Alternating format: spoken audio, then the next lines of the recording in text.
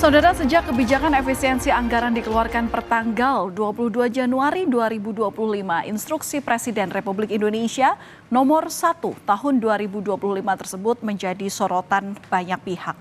Perlahan tapi pasti, penerapan dari kebijakan yang menargetkan efisiensi sebesar 306,69 triliun rupiah itu mulai terasa dampaknya. Di satu sisi, efisiensi ini diharapkan dapat mengoptimalkan anggaran agar lebih efektif untuk program prioritas nasional. Namun di sisi lain, keresahan juga muncul dari sejumlah pihak yang merasa cukup kesulitan dengan langkah baru yang diambil oleh pemerintahan Presiden Prabowo Subianto ini.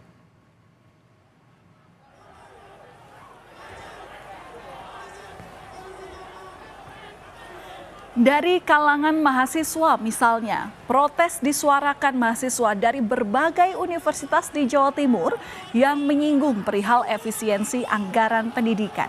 Masa menilai evaluasi 100 hari kinerja pemerintahan Prabowo Gibran. Masa meminta pemerintah tidak melakukan efisiensi anggaran pendidikan.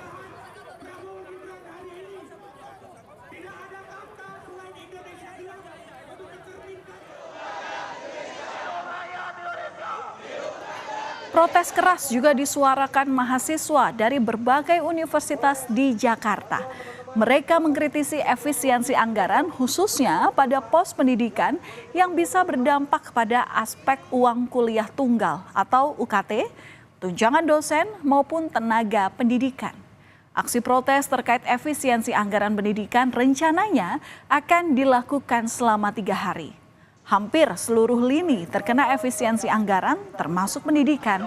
Padahal Undang-Undang Dasar 1945 telah mengamanatkan bahwa pemerintah Republik Indonesia harus mengalokasikan 20% dari APBN dan APBD untuk sektor pendidikan. Bahwasannya Presiden Prabowo itu tidak menafsirkannya bahwa UKT itu akan naik. Tetapi orang menafsirkan bahwa Prabowo itu ingin UKT naik. Seharusnya Menteri Pendidikan ini dia membilang bahwa UKT itu naik berdasarkan nanti yang akan kita lakukan dari 2 tuntutan ini ya. Itu ada cairkan tunjangan kinerja dosen untuk tenaga kependidikannya itu secara penuh. Kenapa sih kita bawa ini? Jadi nggak boleh ada nih namanya hambatan birokrasi. Yang dalam arti itu jadi merugikan dosen dan tenaga kependidikan itu di seluruh Indonesia. Sebelumnya dalam rapat dengan pendapat dengan Komisi 10 DPR RI, Menteri Pendidikan Tinggi, Sains dan Teknologi Satrio Sumantri Brojonegoro menyampaikan potensi kenaikan uang kuliah. Hal ini buntut dari efisiensi anggaran. Satrio menjelaskan rancangan perubahan anggaran Kemendikti Saintek tahun 2025. Untuk pagu awal, bantuan operasional perguruan tinggi negeri atau BOPTN sebesar 6,18 triliun rupiah. Namun, terkena efisiensi sebesar 3 triliun rupiah atau sebesar 50%. Satrio pun kembali mengusulkan agar pagu anggaran untuk BOPTN ini dikembalikan ke pagu semula, yakni 6,018 triliun rupiah maksud kami. Lantaran hal ini berpotensi berdampak pada kenaikan uang kuliah. Untuk yang kelembagaan juga kami berharap dukungannya untuk tetap mampu memberikan pelayanan pada perguruan tinggi supaya tidak terjadi kenaikan UKT. Efisiensi dirjen anggaran 50%, kami usulkan kembali supaya posisinya kembali kepada pagu awal, yaitu 6,018 triliun. Karena kalau BOPTN ini dipotong separuh, maka ada kemungkinan perguruan tinggi harus menaikkan uang kuliah.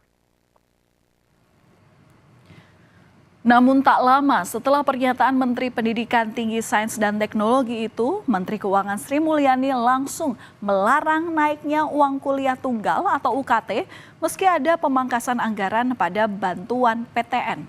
Sri Mulyani memastikan pihaknya akan melakukan penelitian secara terperinci terkait dengan anggaran operasional perguruan tinggi agar tak berdampak pada pelayanan masyarakat.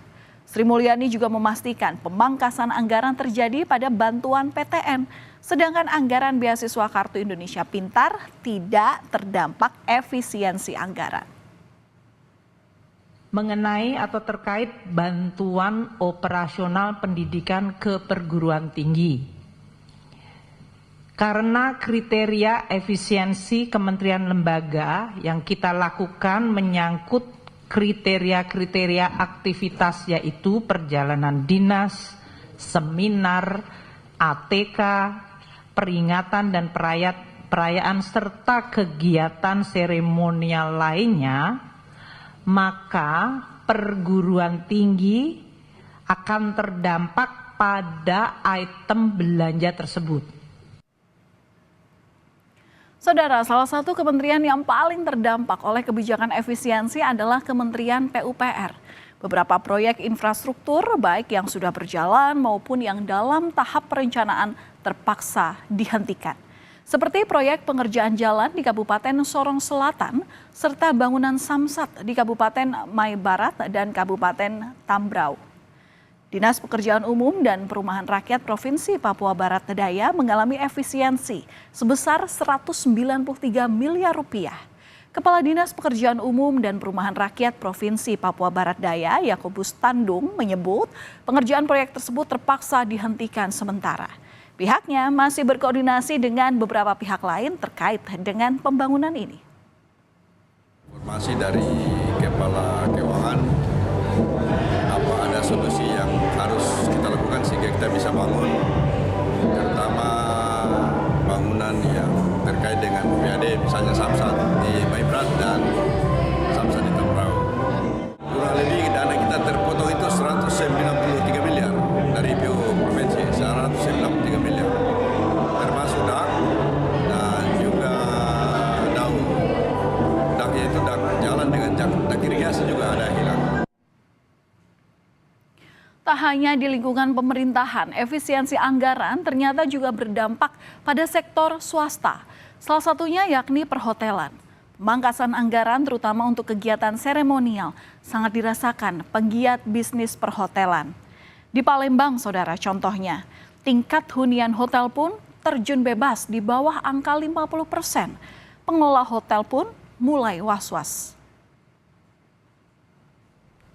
Ketua PHRI Sumatera Selatan menyebut manajemen hotel juga harus melakukan efisiensi dan melakukan terobosan agar bisa tetap bertahan.